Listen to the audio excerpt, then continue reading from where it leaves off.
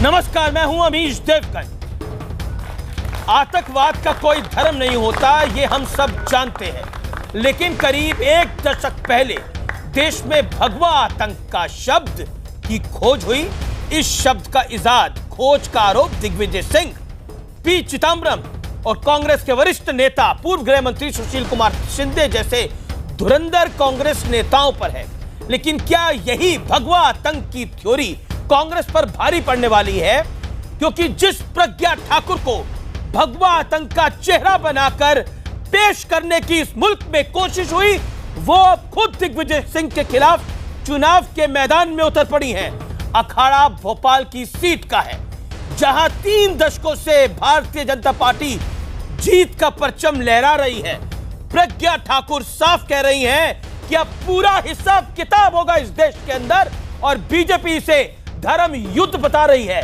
तो वही दिग्विजय सिंह बैकफुट पर नजर आ रहे हैं। ना आवाज में पुरानी तलखी है, ना अंदाज में वो पैनापन। वो खुद को धार्मिक व्यक्ति बता रहे हैं। तो क्या बीजेपी के इस दाव ने कांग्रेस को बेचैन कर दिया है? इसी मुद्दे पर होगी देश की सबसे बड़ी बहस।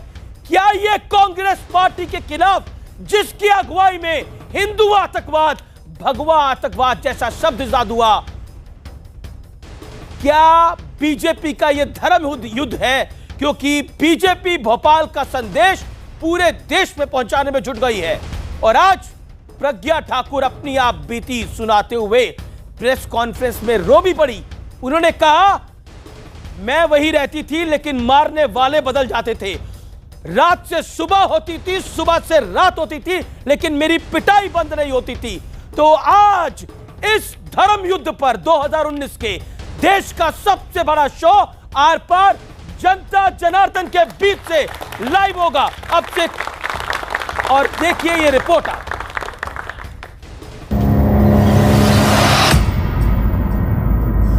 ये तो राजनीति है और युद्ध है, धर्म युद्ध है। मैं धार्मिक व्यक्ति हूँ।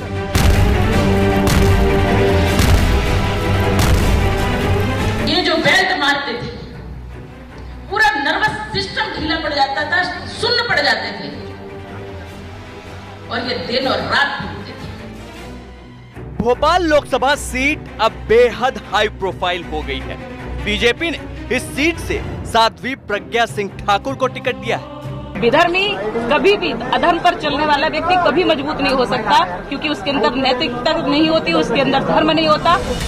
वही प्रज्ञा सिंह ठाकुर जो 2008 के मालेगांव ब्लास्ट की आरोपी हैं, भोपाल में उनकी टक्कर दिग्विजय सिंह से होगी। वही दिग्विजय सिंह जिन्हें बीजेपी आतंकवाद के नाम पर हिंदुओं को बदनाम करने वाला बताती है।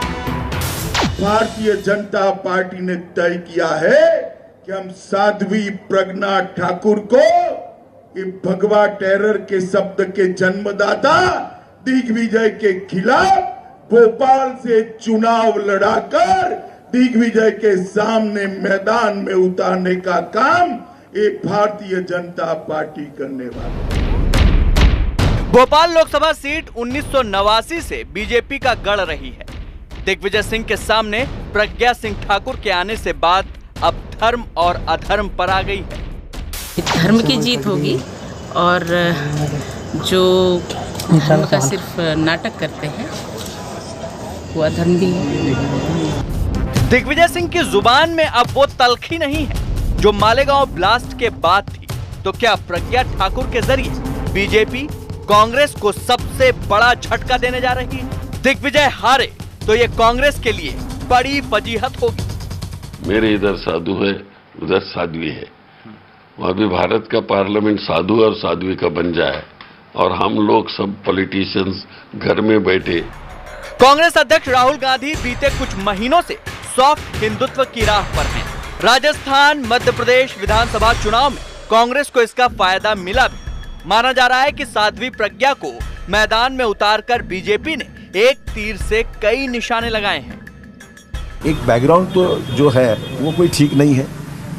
जो लोग एक्यूज है मालेगांव बॉम्ब ब्लास्ट केस में, उनके बारे में सब सच्चाई सामने है। सरकारी वकील ने अपना बयान रोहिणी सालियान ने दिया था। बड़ी गंभीर बात है, लोग तय करें क्या ठीक है। हिंदू धर्म को एक तरह से जलील करने की, आतंकवाद परंपरा बनाने की एक जो कांग्रेस के द्वारा दिग्विजय सिंह को चेहरा बनाकर एक साजिश रचा गया, उस साजिश के खिलाफ हम ये चुनाव लड़ रहे हैं। राजनीति संकेतों का खेल है और प्रज्ञा ठाकुर को मैदान में उतारना बीजेपी के लिए टर्निंग पॉइंट साबित हो सकता है, क्योंकि बात सीधे हिंदू भावनाओं से जुड़ी है। तो क्या 2019 की लड़ाई अब हिंदुत्व वर्सेस भगवा आतंकवाद पर ही लड़ी जाएगी? इसी मुद्दे पर देश की सबसे बड़ी बहस आर पार, कांग्रेस के खिलाफ बीजेपी का धर्म युद्ध। और अब विश्लेषण, वो विश्लेषण जो कि बीजेपी के धर्म युद्ध का विश्लेषण है। प्रज्ञा ठाकुर को मैदान में उतारना मुखर हिंदुत्व पर यह सबसे बड़ा दांव बीजेपी का माना जा सकता है। कांग्रेस को भगवा आतंकवाद के जाल में फंसाने की एक बार फिर कोशिश होगी। भगवा आतंकवाद के मुद्दे पर बैकफुट पर है कांग्रेस पार्टी।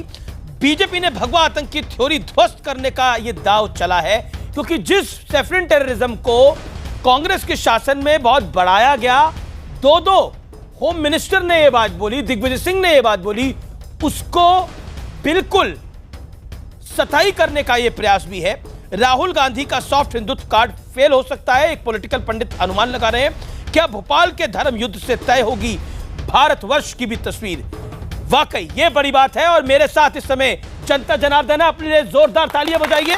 आपका स्वागत है, इस्तकबाल है। मेरे साथ गौरव भाटिया है, भारतीय जनता पार्टी के प्रवक्ता, उनका अभिनंदन है।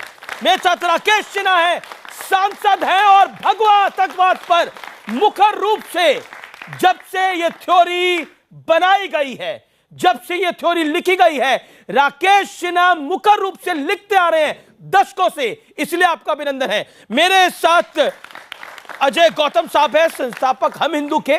इन्होंने आप बीती देखी है प्रज्ञा ठाकुर की, आज एक गवाह के तौर पर स्टूडियो में मौजूद है। मेरे साथ फारूक खान साहब हैं, जाने माने वकील हैं, उनका स्वागत है।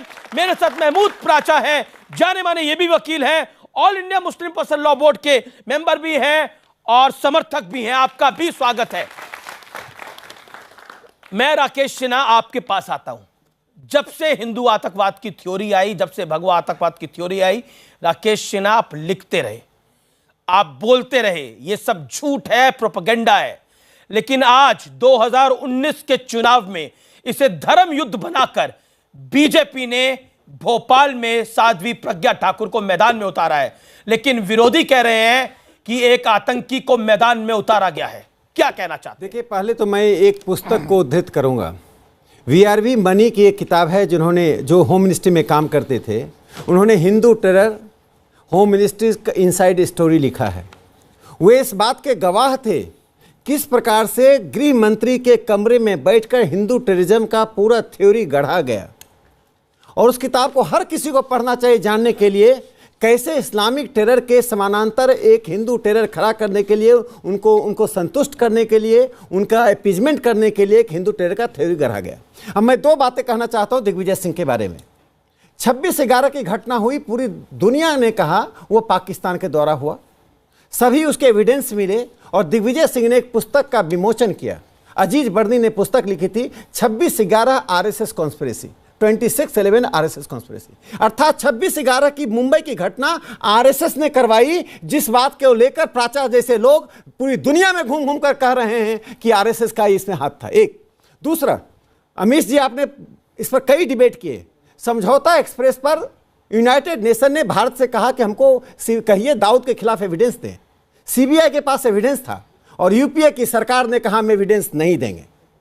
समझौता एक्सप्रेस में संयुक्त राष्ट्र और अमेरिका के लोग, अमेरिका की एजेंसियां कह रही थी ये पाकिस्तान ने करवाया, और हिंदुस्तान में बैठ के यूपीए सरकार कह रही थी हिंदुस्तान ने करवाया। अंतिम बात मैं कहना चाहता हूं, भोपाल पर जो लोग आतंकी कह रहे हैं प्रज्ञा ठाकुर को, जो लोग प्रज्ञा ठाकुर कह रही है कांग्रेस हिंदुओं के विरोध में काम करती है, जो आतंकी कह रहे हैं वे जाकिर नायक को शांति का दूत कहते थे जी। अब पूछ लिए, जो इनको आतंकी कह रहे हैं वो ओसामा के मरने पर शोक मना रहे थे, वो हाफिज सईद को शहीद जी कह रहे हैं। ऐसे लोग यदि प्रज्ञा को आतंकी कह रहे हैं, ये प्रज्ञा के लिए प्रमाण पत्र है। प्रज्ञा राष्ट्रवादी हैं, हिंदू समाज संस्कृति की प्रतिनिधित्व करती हैं। चूंकि प्रज्ञा का नाम जदी मारिया और सुल्ताना होता तो शायद दिग्विजय सिंह और प्राचा जैसे लोग ऐसी बात नहीं ठीक है, आपने प्राचा साहब पे अटैक करा बार बार, मैं प्राचा साहब पे भी आऊंगा। फारूक खान साहब, मैं आपके पास आता हूं। बहुत सीधा सवाल, साफ गोई का सवाल, क्या ये बीजेपी का धर्म युद्ध है 2019 के लिए या फिर वोट युद्ध है? देखिए, मेरे आदरणीय बड़े भाई सिन्हा साहब कह रहे थे, बहुत सारे नाम गिनवाए, उसी समय एक और भी नाम था माननीय आर.के. सिंह साहब का। तब वो गृह सचिव थे और उनकी प्रेस कॉन्फ्रेंस है, टेलीविजन पे उनका इंटरव्यू है, आपको भी याद होगा, जो इस चीज को लेके आए थे। आज वो इसी सरकार में मंत्री भी हैं और दोबारा आरा से, बिहार से चुनाव भी लड़ रहे हैं। जी। देखिए, मैं ये मानता हूं कि आतंक का कोई मजहब नहीं होता, आतंक होता है।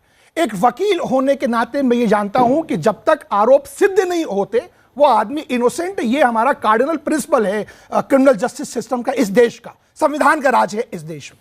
अब इशू क्या आता है, मेरे सवाल का जवाब, मैं आता हूं, मैं आ रहा हूं, मैं धर्म युद्ध, मैं उसी पे आ रहा हूं जी। मुझे भी उतना ही समय दीजिए, बिल्कुल उतना ही समय मिलेगा। मैं आपको कह रहा हूं, देखिए बात यहां पे पॉलिटिकल मोरालिटी की है जी। आप बस अमीश भाई दिल पे हाथ रख के पूछ लीजिए, कांग्रेस ने, सपा ने, बसपा ने और किसी पार्टी ने अगर किसी टेरर एक्यूज्ड पे मुकदमा, अगर टिकट दिया होता, भाजपा अपने गले से चिल्ला चिल्ला के खून निकाल देती कि आतंकवादी है, देशद्रोही है, ये है, वो है। सुनिए, हमारा हमारा मामला, 10 सेकंड आपके बचे हुए हैं, आप अपनी बात को कंप्लीट करिए। हमारा मामला ये है, हम जो करें वो बहुत बढ़िया, वो चमत्कार है, लेकिन दूसरा करेगा तो वो गलत है, वो गलत है। लेकिन आप कह रहे हैं कि भगवा आतंक है, आप कह रहे हैं हिंदू आतंक है, क्या कह रहे हैं? क्या कह रहे हैं? एक मिनट गौरव भाटिया, मैं मौका दूंगा आपको। मैं कहता हूं आतंकवाद न भगवा आतंकवाद है, न इस्लामिक आतंकवाद है।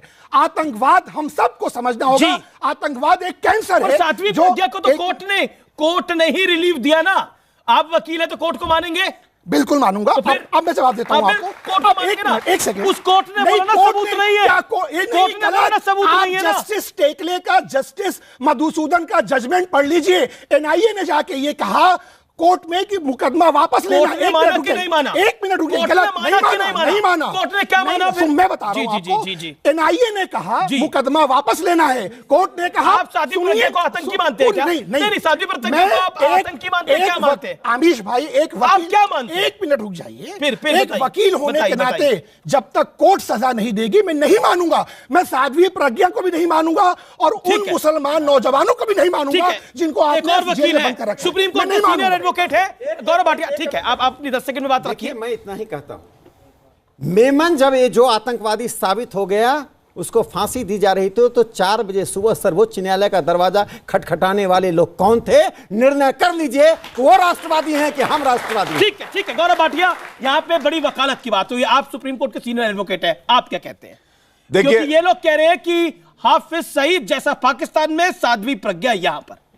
देखिए, आज आपकी डिबेट में एक अहम बात तय हो जानी चाहिए कि आतंकवाद का धर्म होता है या नहीं होता है। और अगर ये लोग हिंदू आतंकवाद का आविष्कार 2008 में इसलिए करते हैं कि 2009 में चुनाव आने हैं और सांप्रदायिक और तुष्टीकरण की राजनीति करके एक धर्म विशेष के लोगों का मत ले, तो मैं कहता हूं जितनी बार आतंकवादी पकड़ा जाए और उसका कहीं ना कहीं मुसलमान हो तो कहिए इस्लामिक आतंकवाद है, वो नहीं कहेंगे।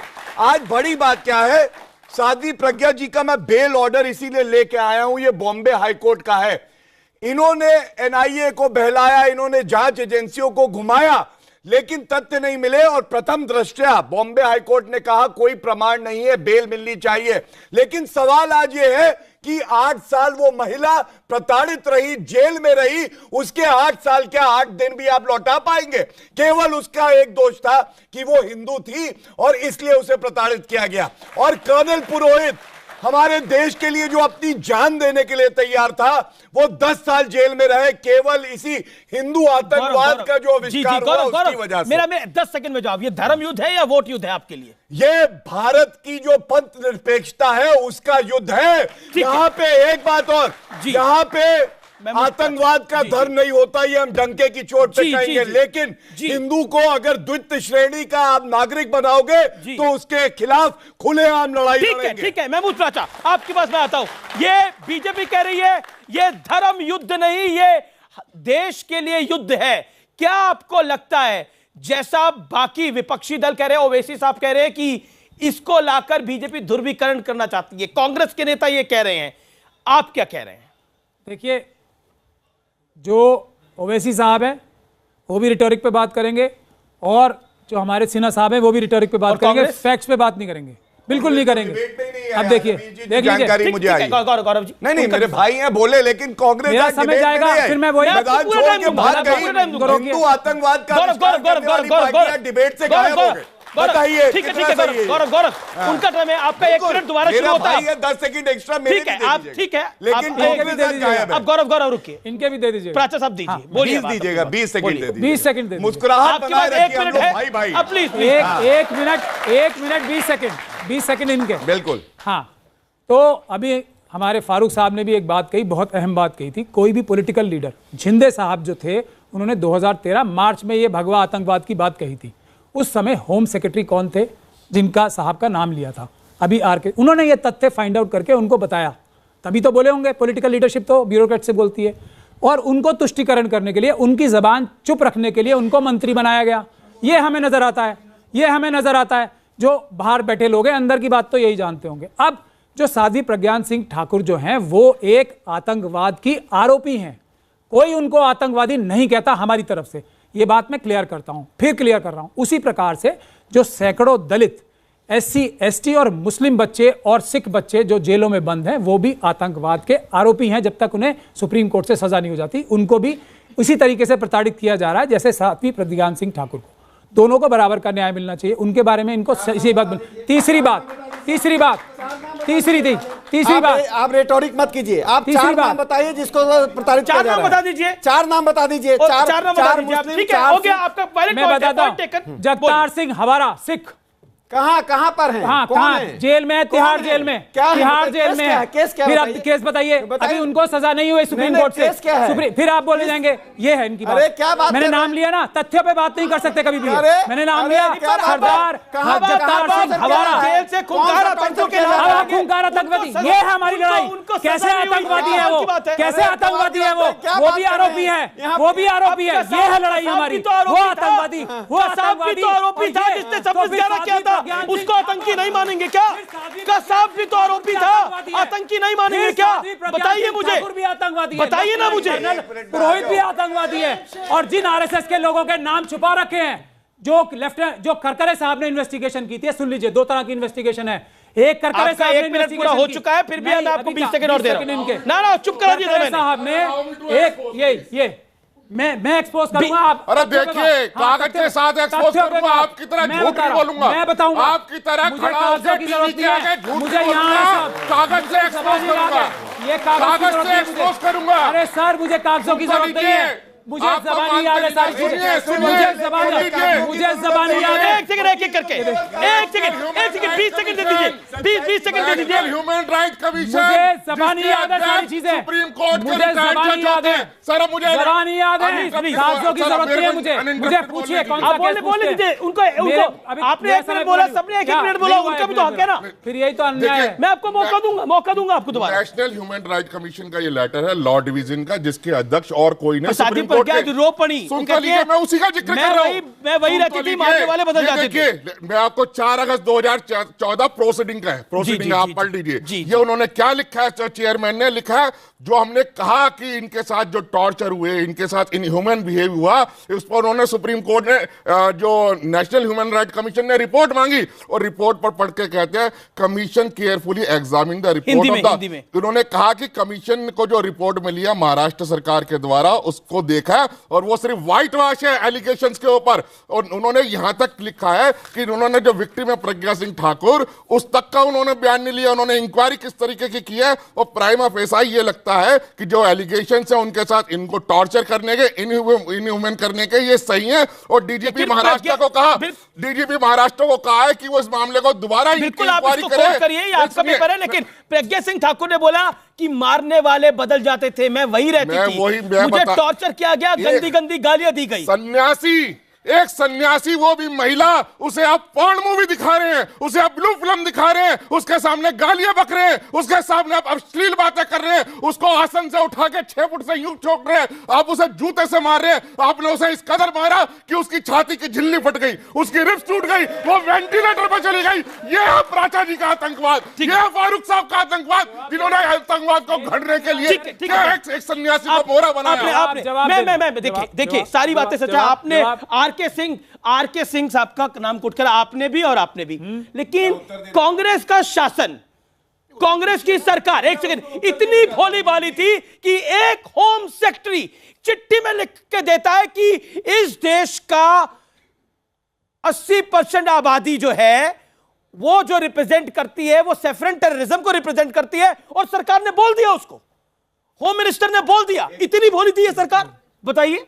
ये 80% और 90% कहां से आया ये मुझे नहीं पता, तो आप जरा अपने तथ्य ठीक करें। पहले तो कोई ऐसी बात नहीं बोली गई है, पहली बात। दूसरी बात ये नहीं बोली गई भगवा आतंक की बात। 80% किसने बोला? 80% शिंदे ने क्या बोला? फिर वही 80% बताओ। वो तो आरके सिंह ने, हिंदुओं की आबादी है ना इस देश के अंदर। वो तथ्य किसने बोला? तथ्य है ये। किसने बोला? ये तथ्य है। किसने बोला? ये तथ्य है। ये तथ्य नहीं है। नहीं मानते क्या? फिर झूठ बोल रहे हो। नहीं, मैं झूठ नहीं बोल रहा हूं, झूठ बोल रहे हो आप मानना नहीं चाहते। फिर वही बात, ये उनसे पूछ लो ना पहले। मैं बता रहा हूं इस देश के आतंकवाद का रंग भी होता है। आतंकवाद का रंग देखना है तो लीबिया से सीरिया तक देखिए, पाकिस्तान से उनका समय है, उनके 40 सेकंड उनको मिलेंगे, टाइम मिलेगा। बोलिए, ये गलत, अनफेयर है, बोलिए। हजारों दलित महिलाओं के साथ, हजारों एसटी महिलाओं के साथ यही जुल्म हो रहा है, उसकी भी निंदा करते हैं। साध्वी प्रज्ञान सिंह के साथ हुआ है, उसकी भी निंदा करते हैं, बराबर की निंदा करते हैं, बराबर की निंदा। आगे 40 सेकंड। जी बोलिए। दूसरी बात, साध्वी प्रज्ञान सिंह ठाकुर के खिलाफ ढाल नहीं, वो हमारे भाई हैं, हमसे ज्यादा, हम अपने से ज्यादा उनकी रिस्पेक्ट करते हैं, हम उनसे अपने से ज्यादा उनकी रिस्पेक्ट करते हैं। बाबा भीमराव अंबेडकर की अपने से ज्यादा रिस्पेक्ट करते हैं। सवाल। ढाल नहीं है, वो हमारे भाई हैं। ढाल की जरूरत किसी और को होगी, उन्हें, हमें किसी ढाल की जरूरत नहीं है। सवाल नहीं, दलित भी तो हिंदू होते, दलित को अलग करके क्यों देखा जाता है इस देश के अंदर? मुसलमान बोलिए। हम SC ST जो कि हमारे हम संविधान। एक सेकंड, इनके सवाल सुनेंगे ना। अरे इनके सब बोलिए, आप सवाल पूछिए। सर आप अपनी बात रखिए। सर आप दोनों ये कहते हैं कि न हिंदू आतंकवाद है न मुस्लिम आतंकवाद है। अगर साध्वी प्रज्ञा के खिलाफ ये बोला गया है, न कोई सबूत है, और आप संवैधानिक मशीनरी को अगर मानते हैं तो इसका आप खंडन क्यों नहीं करते हैं? पॉइंट है, बात करते हैं। बोलिए सर, बोलिए। आप कहते हो दलित हमारे भाई हैं, तो AMU में उनको रिजर्वेशन दे दीजिए। फिर AMU में दलितों को जितने इदारे बनेंगे उनमें उनको रिजर्वेशन दी जाएगी। राकेश सिन्हा जी मैं अभी बार-बार जमीनों पे उनमें उनको रिजर्वेशन दी जाएगी। हम बताते हैं आतंकवाद की परिभाषा क्या है, हम जो बनाएंगे। महात्मा गांधी को नाथूराम गोडसे ने मारा था, क्या वो आतंकवादी था यानी आज ये इस मंच पर आप इस बात को क्लियर करके जाइए। नाथूराम गोडसे को कौन मानता है? ठीक है। गौरव भाटिया, राकेश शिरा कुछ कहना चाहते हैं इसके ऊपर? महमूद प्राचा, आपका नाम राकेश शिरा नहीं है ना? राकेश शिरा, प्राचा साहब ये गलत तरीका है। राकेश शिरा बोलिए। चुप रहिए। आपको लड़ने की जरूरत नहीं है। आप रुकिए, मैं आपके पास आऊंगा। विरोध रहेगा। ऑडियंस प्लीज रुकिए, आप लोग रुकिए। अब आपने बहुत सवाल पूछा ना। ओके राकेश जी, अब आपने बोल दिया, इत्मीनान रखिए सर, आपके सवाल का जवाब मिलेगा। मैं जवाब देता हूं। उत्तेजना, देखिए हम लोग भारतीय हैं, डिबेट कर रहे हैं, दृष्टिकोणों का अंतर है, हम लड़ने के लिए नहीं आए हैं। देखिए राष्ट्रपिता महात्मा गांधी के ऊपर जिसने भी गोली चलाई, गोडसे, जिसने मतलब गोडसे, मैं उसका नाम लेने से, मैं ऐसे व्यक्ति का नाम लेना भी अनुचित समझता हूं। आप गोडसे भजन कीजिए, मैं गोडसे भजन नहीं करने वाला हूं। सुन लीजिए। ठीक है, गोडसे विषय नहीं है आज का सर, हम लोग विषय को बदल देते हैं। ये टैक्टिकल मूव नहीं होना चाहिए। आप सवाल का जवाब दीजिए। गोडसे आतंकवादी था, नहीं तो और क्या था? गोडसे आतंकवादी था, सुन लीजिए। अब गोडसे आतंकवादी था, इसमें आपको आपत्ति क्या है? ठीक है, अगला मैं आगे बढ़ते हैं। मैं 10 सेकंड में एक बात जी 10 सेकंड। करता हूं कि आपने गोडसे को आतंकवादी माना। ठीक है, गोडसे को आतंकवादी माना। बैठ जा, थोड़ा पर एक सेकंड रुकिए ना। आप लोग क्या कर रहे हैं? अरे सुन लो। राकेश सिन्हा जी को इससे बहुत परिणाम भुगतने पड़ेंगे। जैसे ये क्या कर रहे हैं आप लोग? प्राइवेट मेंबर बिल लाने के बाद रुकना पड़ेगा। आप देखिएगा, प्लीज राकेश जी बोलिए। राकेश जी बोलिए, एक सेकंड राकेश जी को बोलने दीजिए। अजय गौतम राकेश जी को बोलने दीजिए। राकेश जी बोलिए। 10 सेकंड में जवाब देना चाहता हूँ। शहाबुद्दीन को क्या मानते? ये ऐसी डिबेट, मेरी डिबेट ऐसे नहीं होती। मैं इस डिबेट को वाइंड अप कर रहा हूं अगर ऐसी डिबेट हो रही है। मेरी डिबेट ऐसी नहीं होती, बाकी चैनल पे होती होगी। अमीश देवगन की डिबेट में सबको बराबर का मौका मिलता है। बोलिए आप राकेश से, फिर गौरव भाटिया और फारूक खान। इतना ही कहना चाहता हूं कि साध्वी प्रज्ञा 38 साल की उम्र में जेल गई, पूरी युवावस्था को बर्बाद कर दिया गया, उनको टॉर्चर में वो किया गया जिसका मैं वर्णन सार्वजनिक रूप से नहीं कर सकता। उसके बावजूद संविधान के अंतर्गत फंडामेंटल राइट मिला हुआ है, वो चुनाव लड़ने आई हैं। तो आज ओवैसी से लेकर प्राचा तक इसलिए चिल्ला रहे हैं क्योंकि हिंदू समाज की जो एक महिला है, जब वो सार्वजनिक रूप से कहती है कि मैं एक इनोसेंट होकर चुनाव लड़ने आई हूं, तो इनको खलबली मच रही है। मैं और दूसरी बात कहना चाहता हूं, कैंसर कहा आतंकवाद को, आतंकवाद कैंसर होता है, ये कैंसर का एक प्राइमरी सोर्स होता है। मैं उन लोगों में नहीं हूं जो कहता आतंकवाद का धर्म नहीं होता। मैं कहता हूं आतंकवाद का धर्म नहीं होता। जैसे मोहम्मद क्या है, ISIS क्या है, लश्कर तोयबा क्या है, पूरी दुनिया में आतंकवाद का एक सोर्स है और उसको स्वीकार कीजिए। मैं हिपोक्रेसी में नहीं विश्वास करता हूं। इस्लामिक आतंकवाद है, इस्लामिक आतंकवाद है, स्वीकार करना चाहिए। आतंकवाद भी फिर है। एक मिनट, मैं इस्लामिक है तो भगवान। देखिए बस मुझे 30 सेकंड दे। जो मेरे बड़े आदरणीय भाई साहब ने कहा ना, देखिए प्रॉब्लम क्या है, कहां लेके चले गए। हम सब ये कह रहे हैं और सारे हिंदुस्तान के लोग ये जानते हैं, जो लोग हर धर्म में, हर संप्रदाय में कुछ ल्यूनेटिक्स हैं, पागल हैं। सुनिए, सुन लीजिए गौरी आया, गजनी आया, हमने नहीं किया। अब बोलने नहीं, कश्मीर से आप कंडक्ट कीजिए, मुझे बोलने का मौका दीजिए। मैंने एक आतंकवादी पैदा नहीं किया। राकेश में क्या हुआ, फ्रांस में क्या हुआ, अमेरिका में क्या हुआ, खत्म हुआ वो। ओके बोलिए अपनी बात करो। आज मुझे ऑडियो नहीं जा रहा किसी का।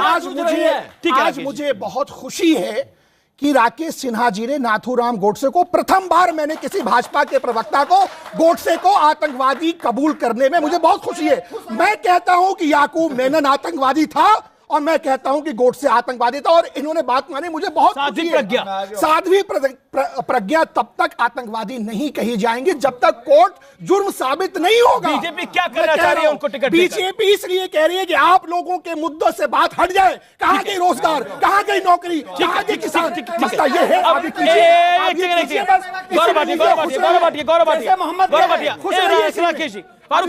अपनी बात को रखा। मुझे खुशी होती है, एक मिनट मेरे भाई, एक मिनट, मुझे खुशी होती है जब ये कहते हैं कि चुनाव में मुद्दों से ध्यान भटक रहा है, लेकिन सिद्धू जब कहते हैं 64% मुसलमान एक हो जाए, तो वो कौन सा मुद्दा है? जब मायावती कहती है कि सारे मुसलमान गठबंधन को वोट डाले, तो वो कौन सा मुद्दा है? और सुनिए, अभी मैं बीच में नहीं, अगर आप बोलना चाहते हो मैं चुप हो जाऊंगा। फारूक खान, ये तो बिल्कुल बीच में नहीं। सुनिए, दूसरी सबसे बड़ी बात है, 8 साल एक निकम्मी निठल्ली सरकार रही जो कि केवल हिंदुओं को प्रताड़ित करती रही। मैं कहता हूं इस मंच से, और भगवान मुझसे गलत ना बुलवाए, मेरे शब्द ऐसे ना हो कि किसी मुसलमान भाई को ठेस लगे। हिम्मत है राहुल गांधी कह दे मैं हिंदूवादी नहीं मुस्लिमवादी हूं, हिम्मत है राहुल गांधी कह दे इस्लामिक टेरर होता है, हिम्मत है शशि थरूर कह दे कि इस्लामिक पाकिस्तान बन जाएगा। और यही दिखाता है कि हिंदू क्योंकि सहनशील सहिष्णु होता है तो उसकी भावनाओं को आहत किया जाता है। और क्या, एक मिनट मेरे भाई, दिग्विजय सिंह वो है जिनको जाकिर नायक में शांति का मसीहा दिखाई देता है, जिनको बाटला हाउस में आतंकवादियों में बच्चे मासूम दिखाई देते हैं, और साध्वी प्रज्ञा वो है जिन्होंने एक महिला होने के बाद उनकी इज्जत को तार-तार किया गया, कानून का इंतजार किया, 8 साल बाद न्याय मिला है, और मुझे गर्व है कि हमारे पास ऐसा कैंडिडेट है। पब्लिक भी कुछ कहना चाह रही है। मैडम आप कुछ कहना चाह रही हैं? खड़े होकर बोलिए। देखिए सर, ये हमारे लिए बहुत ही शर्म की बात है, जो हमारी सनातन संस्कृति रही है, इन्होंने उसे भगवा को राजनीतिक रंग दे दिया है। ये सबके लिए है कि हमारी ऋषि मुनियों की पहचान है, तो इसको कृपया आप राजनीतिक रंग मत दीजिए। और मैं 4 लाइन ये कहना चाहती हूँ कि पहनकर भगवा रंग चोला बड़ा अभिमान करती हूँ, हृदय में जोश की ज्वाला अमित सम्मान करती हूँ। न मेरे शब्द हैं उनके लिए जो देश राम विरोधी हैं, प्रभु से प्रीत है जिनको उन्हें मैं गीत सुनाती हूँ। जी जी, फारूक साहब, देखिए ये कहना आसान है कि एक होम सेक्रेटरी ने बोला और पूरी थ्योरी आ गई। दूसरी बात, इस देश के अंदर हिंदू टेररिज्म की थ्योरी को बढ़ाया गया, पनपाया गया, लगातार 4 साल उस पर बोला गया। ये शर्मनाक नहीं है क्या अपने आप में? फारूक खान आपका नाम नहीं है साहब? फारूक खान, गौरव भाटिया फारूक खान आप नहीं है? गौरव भाई एक सेकंड बोलिए। देखिए, इस देश में सदियों से हिंदू और मुसलमान साथ रहा है और हिंदू और मुसलमान भाई भाई है। और एक बात बता दूं आपको, ये कुछ 2-4% लोग होंगे, ये 2-4-5% लोग होंगे इधर भी उधर भी, जो इस गंगा जमुनी तहजीब को खत्म करना चाहते हैं। और सुनिए, ये भाजपा के लोग हैं। जहां कांग्रेस ने गलत किया, मैं कांग्रेस को भी कहता हूं, मैं आपको भी कहता हूं, आप योगी आदित्यनाथ जैसों को बनाते हैं मुख्यमंत्री। अब आप बोले जा रहे हैं, अब मैंने आपको बोला, आप बोले जा रहे हैं 56 मैं देखिए, मैं कांग्रेस हमसे नहीं लूंगा, लेकिन आपके पास आता हूं, आप भी कुछ कहना चाहते हैं सर, बताइए। मैं तो सिर्फ ये कहना चाहूंगा कि कांग्रेस 370 को क्यों मेंटेन करना चाहती है जब बीजेपी उसको हटाना चाहती है? 370 को, लेकिन वो आज का विषय नहीं है, फिर भी आपने अपनी बात को रखा। सवाल जबकि साध्वी प्रज्ञा जी को कोर्ट ने निर्दोष साबित कर दिया है और रिहा कर दिया है, तो कांग्रेस जब आतंकवाद का या कोई अपराधी का कोई धर्म नहीं होता अपराध का, तो अब क्या कांग्रेस माफी मांगेगी साध्वी प्रज्ञा जी से और हिंदुओं के लिए माफी मांगेगी कि हिंदू का कोई आतंकवाद नहीं होता हिंदू नाम? जी, मुझे पता है आप भी कुछ बोलना चाहते हैं, लेकिन महमूद प्राचा का भी समय है। क्या आपको लगता नहीं है कि कांग्रेस जिसने इस थ्योरी को इजाद किया, आज कई कुल मिलाकर जो बीजेपी लाइन ले रही है, वो कह रही है ये धर्म युद्ध है 2019 का, क्या ये कांग्रेस में भारी पड़ेगा? देखिए, जब भी देश को बांटने का काम होगा तो आरएसएस को फायदा होगा। जितने भी कार्य धर्म के नाम से होंगे, हिंदुओं के नाम से होंगे, आरएसएस को फायदा ही होगा। तो जो लोग उनको इसमें मदद करते हैं वो आरएसएस की मदद करते हैं। मैं अपने उस छोटे भाई की जवाब एक सेकंड नहीं, ऑडियंस आप अपनी बात को रखिए, लेकिन सवाल का जवाब देने दीजिए उनको। बोलिए। आरएसएस से नफरत नहीं करते हम, उनको ठीक करने की कोशिश करते हैं, क्योंकि वो देश बांटना चाहते हैं। नफरत नहीं करते हम, वो देश बांटना चाहते हैं, हम देश बंटने नहीं देंगे। क्या अब आपकी बात का जवाब देंगे? आपकी बात के जवाब दे, उनकी बात का जवाब देने दीजिए। आपको आप उनकी बात का जवाब दें। तो फारूक भाई बोलते हैं हिंदू महासभा, जैसे मोहम्मद की तुलना हिंदू महासभा से करते हैं। ये हिंदुस्तान में रहते कहाँ रहते हैं सर? अभिनव भारत आपने अपनी बात को रखा। बैठिए, बोला, पूछ चुके, बैठिए। ये उनका जवाब गलत कर रहे हैं, अब बैठिए। पहले बोल चुके ना, नहीं। साध्वी प्रज्ञान सिंह ठाकुर बरी नहीं हुई है मेरे छोटे भाई, ऐसे बरी नहीं हुई है। मेडिकल ग्राउंड पे बेल मिला है, मेडिकल ग्राउंड पे बेल मिला है, बरी नहीं हुई है वो। ठीक है, फिर भी लेकिन वो अभी भी आतंकवादी नहीं है, वो आरोपी हैं। ठीक है, अजय गौतम 26/9/2008 26/9/2008 वो कह रहे हैं मेडिकल ग्राउंड पे बेल मिला है। मैं सर उसी तथ्य पे बात मत कीजिए, ये गलत कर रहे हैं। 26/9/2008 तथ्य पे बात मत कीजिए, 26/9 मारे जाएंगे। तथ्य पे बात मत कीजिए, सर मुझे उसका जवाब ही नहीं होगा। फिर उनको बोलने दीजिए ना, पूछिए मेडिकल ग्राउंड पे किसी और ग्राउंड पे। फिर देखिए अभी गलत हो रहा है उनके साथ। सुन तो लीजिए, 29/9/2008 को मालेगांव ब्लास्ट 2 हुआ, जिसके अंदर साध्वी प्रज्ञा सिंह ठाकुर को एक्यूज नंबर 1 बनाया गया। लेकिन 21/12/2006 को जब मालेगांव फर्स्ट हुआ था और 13 एक्यूज उसके अंदर थे जिनके खिलाफ चार्जशीट फाइल करी, वो कौन थे बता दीजिए पराचंद? कौन थे? मैं बताता हूं। हिंदू थे, मुसलमान थे, ये बताइए। बताओ, बताइए, allow me to okay, you are allowed. Your time is left. Make your point. Then you point by point discussion होना चाहिए ना। इन्होंने बोला accused कौन थे, अब आप नाम बताइए और फिर आप बताइए। रुकिए, बोलिए, आप बोलिए। Your time starts now. 40 seconds, then 40 seconds yours. ठीक है सर, पहला accused था नरुल हुदा, दूसरा था शाबिर अहमद, तीसरा था rice Ahmad, doctor Salman, doctor Farooq, Shakeel Mohammad, Asif Khan, Mohammad Zahid, अबर अहमद, रियाज अहमद, इश्तियाक अहमद, मुनव्वर अहमद और मुजम्मल अली, जिसमें 3 पाकिस्तानी थे। मालेगांव ब्लास्ट हुआ तो 13 तो फिर हिंदू आतंकवाद क्यों हो गया? हुआ हिंदुओं को बदनाम करने के लिए आपने हिंदुओं को फंसाया। फिर आप हिंदुओं को क्यों बदनाम किया गया? कांग्रेस की सरकार ने हिंदुओं को क्यों बदनाम किया? बोलिए। साध्वी प्रज्ञान सिंह ठाकुर भी पाकिस्तानी है, पहली बात आप ये सुनिए। नहीं, ये गलत है, ये गलत है। Highly objectionable. देखिए सर, पब्लिक सर अगर आप अभी कह रहे आप भी माफी मांगे। माफी मांगिए। देखिए ये गलत है। प्रज्ञा सिंह ठाकुर बहस करे, अच्छा लगेगा। ये गलत, झूठ नहीं बोलेंगे। आप सुनिए, बात सुनिए। आप लोगों को एक सेकंड बैठिए आप बैठिए प्लीज बैठिए प्लीज। नहीं बिल्कुल इज्जत है, बैठिए प्लीज बैठिए। मैं आपकी बात रखूंगा, प्लीज बैठिए आप लोग।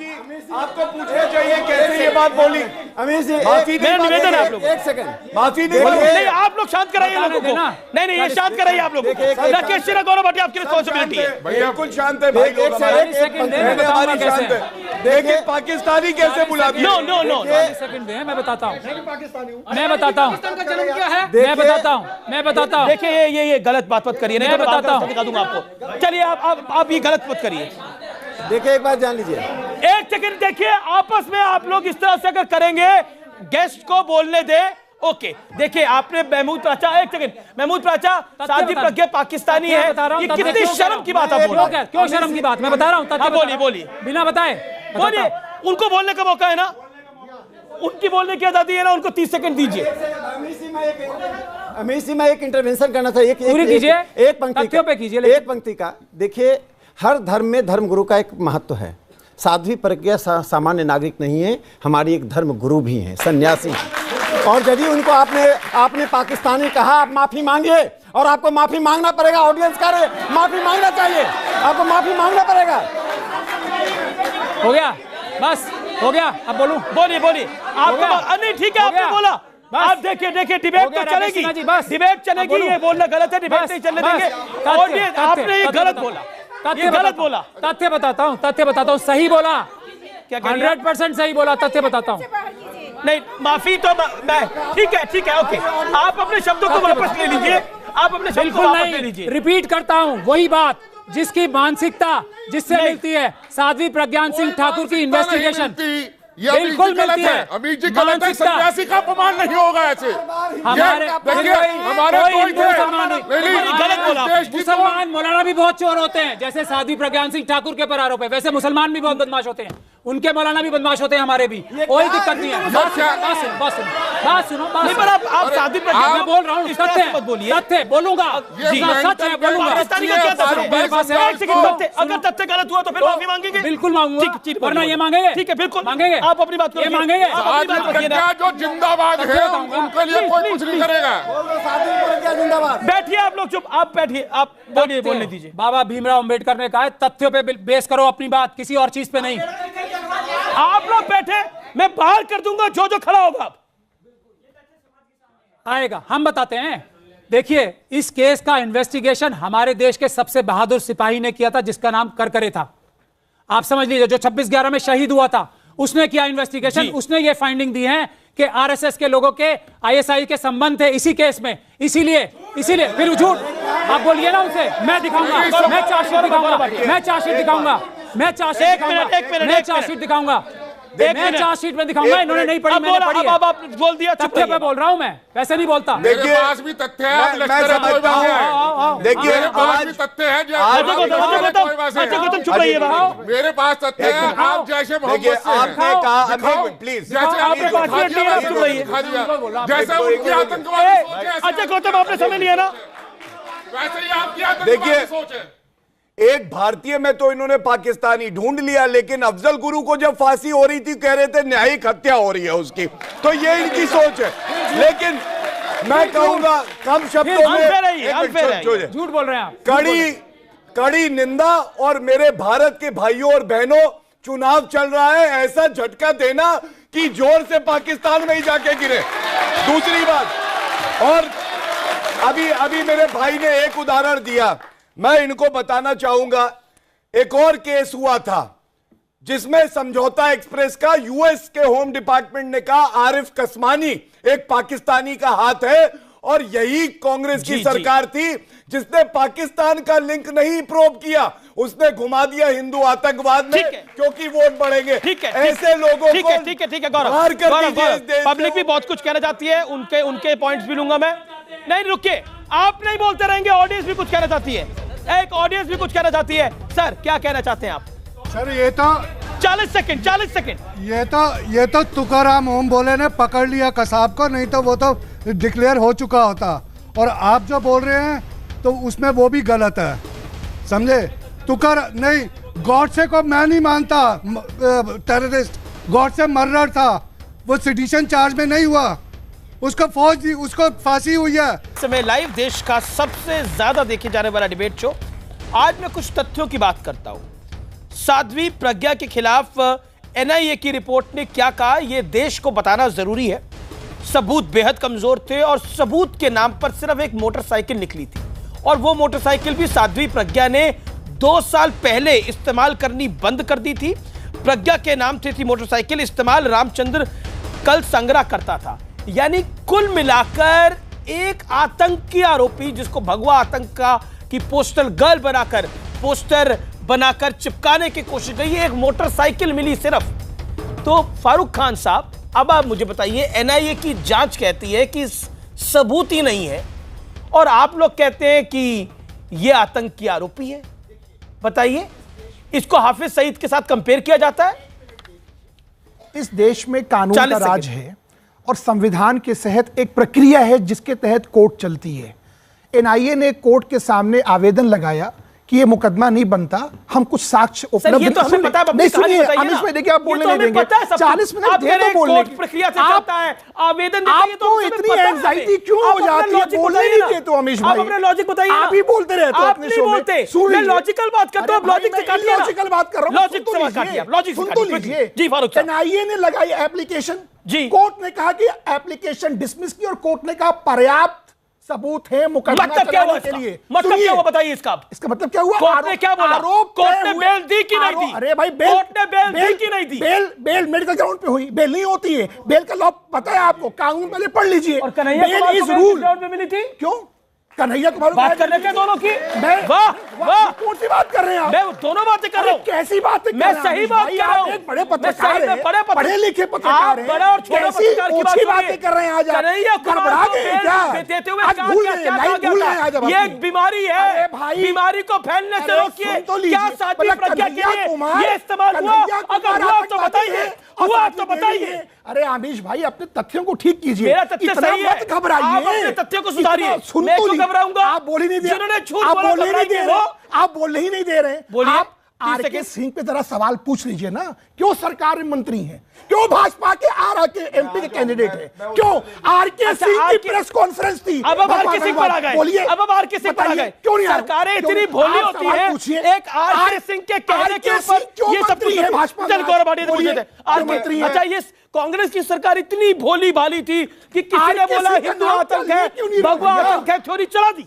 आरके सिंह 10 साल चला दी। अब बोली फारूक भाई ने पूरी चर्चा में एक बार नहीं कहा कि कांग्रेस कैसे सांप्रदायिक राजनीति करती है, लेकिन कोई बात नहीं, हम इनको माफ कर देते। नहीं कहा, नहीं दिखाई दिया।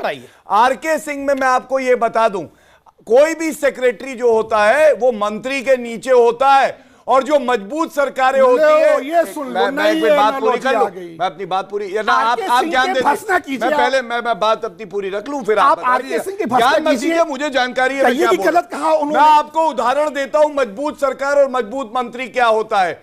जब राफेल की डील हो रही थी तो एक जॉइंट सेक्रेटरी का नोट आया जिन्होंने कहा कि हस्तक्षेप कर रहा है पीएमओ। मनोहर पारिकर ने ठोक के लिखा कि नहीं, आप गलत कह रहे हैं और पूरा अधिकार है कि मंत्री और पीएमओ इंटरफेयर करे। अगर सेक्रेटरी ने कुछ लिखा है, इसका ये मतलब नहीं है वो मंत्री के इशारे पे ही लिख रहा है। मतलब ही नहीं है। आरके सिंह साहब की भ्रष्टाचार। सर प्लीज, आप बहुत अच्छे व्यक्ति में प्रणाम करते हो, लेकिन भारत की बेटी के प्रज्ञा के बारे में ऐसी भाषा का प्रयोग ना करें। और जो आसाराम बापू को जो जेल भेजवाए, आसाराम बापू का विषय नहीं है। नहीं, उनको भी महिलाओं को आगे लाना चाहिए, उनको भी महिला को आगे लाना चाहिए। ठीक है, ठीक है, ठीक है। मैं ये पूछना चाहता हूँ, खड़े हुई मैं प्राचा साहब से जो ये कह रहे हैं कि साध्वी प्रज्ञा पाकिस्तानी है, ये सुन के बड़ा दुख हुआ। दूसरी बात ये है, ये कहते हैं कि आतंकवाद का कोई धर्म नहीं होता। अगर धर्म नहीं होता, ठीक है, हर मुसलमान आतंकवादी नहीं होता, लेकिन जो आतंकवादी होता है वो मुसलमान ही क्यों होता है? ठीक ठीक ठीक, एक सज्जन भी कहना चाहते हैं। सर, मैं एक बड़ा जायज सवाल पूछना चाह रहा हूँ गौरव भाटिया जी से, कि सब आतंकवादी कर रहे हैं, कोई रोजगार के बारे में कोई बात नहीं कर रहा। लेकिन कोई रोजगार के बारे में नहीं बात कर रहा। ठीक है, ठीक है, ठीक है, ठीक है, ठीक है, ठीक है। जी जी जी, आपका सवाल हो चुका है। आप क्या कहना चाहते हैं? और महिलाओं के बारे में ठीक है, ठीक है, ठीक है, ठीक है, मैं दूंगा मौका। हिंदू आतंकवाद। मेरा सवाल समाजी से है। जी जी, मेरा सवाल ये है कि आप हिंदुस्तानी है या पाकिस्तानी है? नहीं, वो हिंदुस्तानी है। बैठिए बैठिए बैठिए बैठिए, ठीक है। अब राकेश सिन्हा और डिबेट हो रही है। अजय पंडित जी, अच्छा अजय, गौरव जी निवेदन है मेरा। अमीर जी, इस देश के दो अभिमान थे, इस देश के दो अभिमान थे। एक थे हमारे साधु और संत, दूसरी थी हमारी फौज। यूपीए सरकार ने क्या किया कि हिंदू आतंकवाद का षड्यंत्र रच के ना उन्होंने कर्नल पुरोहित जैसे हमारे ईमानदार फौजी को इम्प्लीकेट किया, हमारे साधु सन्यासियों को भी बदनाम किया। पहली बात। दूसरी बात मालेगांव ब्लास्ट से लेके मक्का मस्जिद ब्लास्ट तक 6 केस है जो हिंदू टेरर की बात करते हैं, लेकिन ना आज तक संदीप डांगे पकड़ा गया, न रामचंद्रन पकड़ा गया। दोनों आज तक नहीं पकड़े जो कॉमरेड कुछ थे। कहां छुपा कर रखा है? मैं पॉलिटिकल आता हूं। राकेश सिन्हा, आप मेंबर ऑफ पार्लियामेंट है, ओवैसी साहब भी मेंबर ऑफ पार्लियामेंट है, पता नहीं दोबारा चुन कर आते नहीं आते। क्या साध्वी प्रज्ञा जैसे लोगों को टिकट देना ही बीजेपी के आतंक के खिलाफ जीरो टॉलरेंस पॉलिसी है? ओवैसी ने लिखा। देखिए, ओवैसी साहब का मैं एक बात बताना चाहता हूं। जब हैदराबाद में ISIS के एक्यूज पकड़े गए तो उन्होंने पहले बिना कहा कि मैं इसको लीगल एड दूंगा।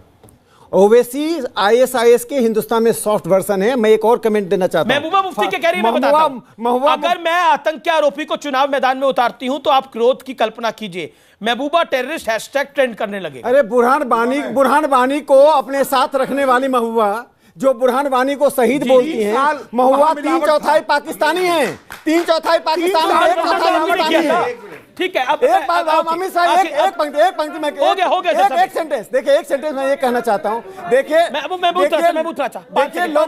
देखिए, अब इनको राकेश सिन्हा, देखिए गौरव भाटिया जी ने एकदम सही कहा है। गौरव भाटिया जी ने सही कहा है कि जो बीजेपी की सरकारें होती हैं वो अफसरों को डरा धमका के काम कराती है, और इसी तरीके से इसी तरह से NIA को डरा धमका के इन्होंने साध्वी प्रज्ञा सिंह। शुक्रिया। मैं इस कार्यक्रम को यही खत्म करता हूं, लेकिन निष्कर्ष ये कि साध्वी प्रज्ञा को मैदान में उतारकर भारतीय जनता पार्टी ने धर्म युद्ध वाला एक प्लान खेला है, इसमें कोई दो राय नहीं है। क्या कांग्रेस इसमें फंस जाएगी? यह बड़ी बात होगी, क्योंकि दिग्विजय सिंह थोड़े सहमे हुए नजर में आ रहे हैं, क्योंकि हिंदू आतंकवाद की जो थ्योरी कांग्रेस ने डेवलप करी थी, पनपाई थी, क्या उसका नुकसान 19 में होगा, वो बड़ी बात है। नमस्कार।